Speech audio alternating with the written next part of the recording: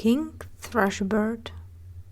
A king had a daughter who was beautiful beyond measure, but so proud and overbearing that none of her suitors were good enough for her. She not only refused one after the other, but made a laughing stock of them. Once the king appointed a great feast and bade all the marriageable men to it from far and near. And they were all put in rows according to their rank and station. First came the kings, then the princes, the dukes, the earls, the barons, and lastly the noblemen. The princess was led in front of the rows, but she had a mocking epithet for each. One was too fat. "What a tap," said she. Another too tall. "Long and lean is ill to be seen," said she. A third too short. "Fat and short, not fit to court," said she. A fourth was too pale. "A regular death's head." A fifth too red-faced. "A gamecock," she called him. The sixth was not well made enough. "Green wood ill-dried," cried she. So everyone had something against him, and she made especially merry over a good king who was very tall and whose chin had grown a little peaked. "Only look," cried she, laughing, "he has a chin like a thrush's beak." And from that time they called him King Thrushbeard. But the old king, when he saw that his daughter mocked everyone and scorned all the assembled suitors, swore in his anger that she should have the first beggar that came to the door for a husband.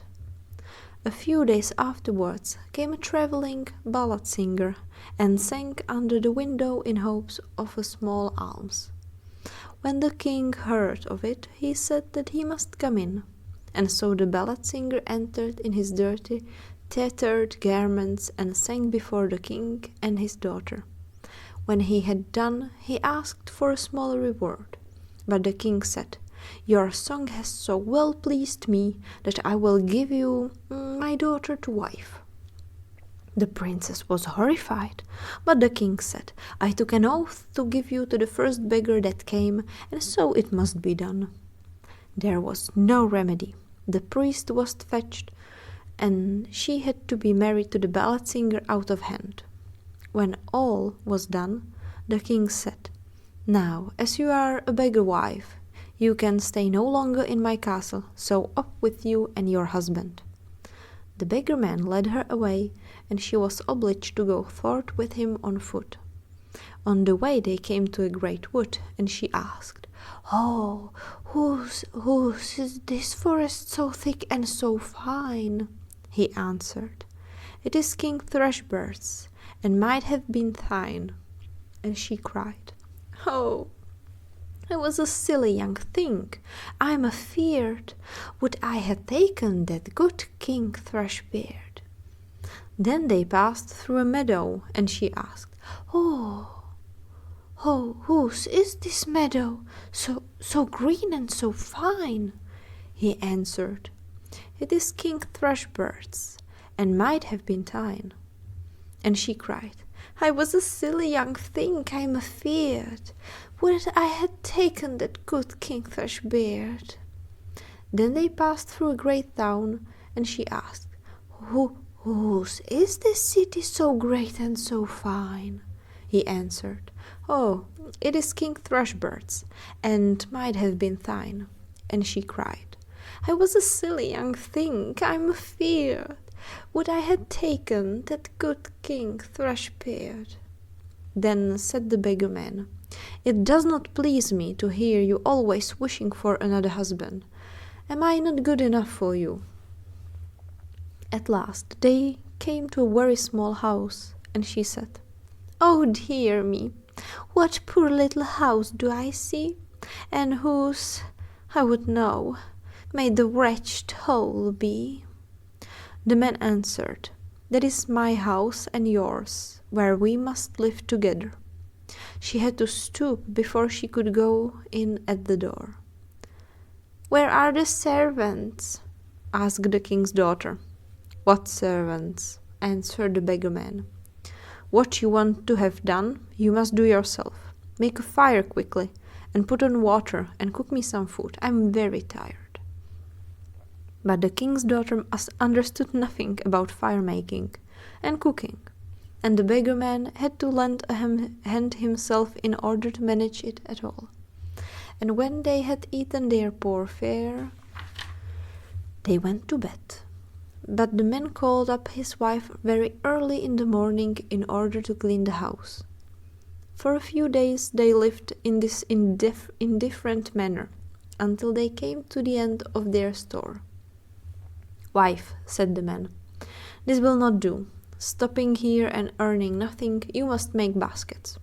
So he went out and cut willows and brought them home, and she began to weave them, but the hard twigs wounded her tender hands. "I see, this will not do," said the man. "You had better try spinning."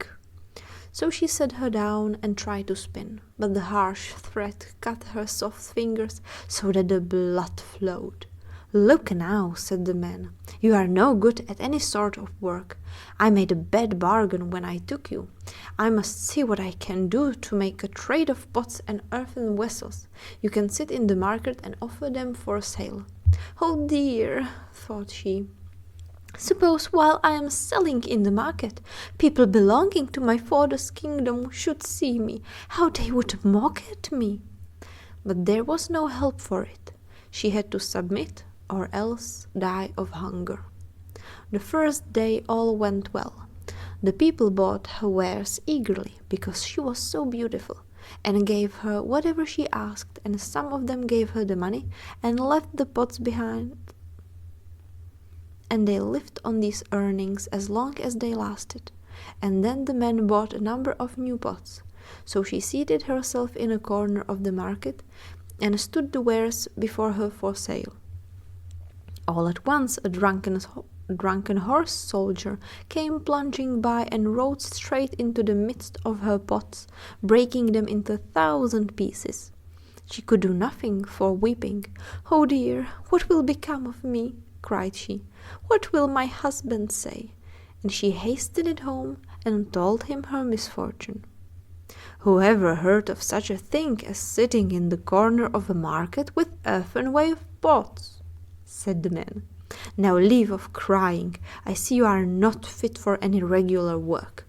I have been asking at your father's castle if they want a kitchen maid, and they say they don't mind taking you. At any rate, you will get your victuals free."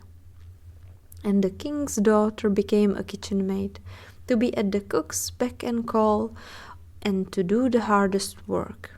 In each of her pockets she fastened a little pot, and brought home in them whatever was left, and upon that she and her husband were fed. It happened one day, when the wedding of the eldest prince was celebrated, the poor woman went upstairs and stood by the parlor door to see what was going on. And when the place was lighted up, and the company arrived, each person handsomer than the one before, and all was brilliancy and splendor, she thought on her own fate with a sad heart, and bewailed her former pride and haughtiness, which had brought her so low and plunged her in so great poverty. And as the rich and delicate dishes smelling so good were carried to and fro every now and then, the servants would throw her a few fragments, which she put in her pockets, intending to take home. And then the prince himself passed in, clothed in silk and velvet, with a gold chain around his neck. And when he saw the beautiful woman standing in the doorway, he seized her hand and urged her to dance with him. But she refused, all trembling, for she saw it was King Thrushbeard, who had come to court her, whom she had turned away with mocking. It was of no use her resisting. He drew her into the room, and all at once the band to which her pockets were fastened broke, and the pots fell out, and the soup ran about, and the fragments were scattered all round. And when the people saw that, there was great laughter and mocking, and she felt so ashamed that she wished herself 1,000 fathoms underground. She rushed to the door to fly from the place, when a man caught her just on the steps, and when she looked at him, it was King Thrushbeard again. He said to her in a kind tone, "Do not be afraid.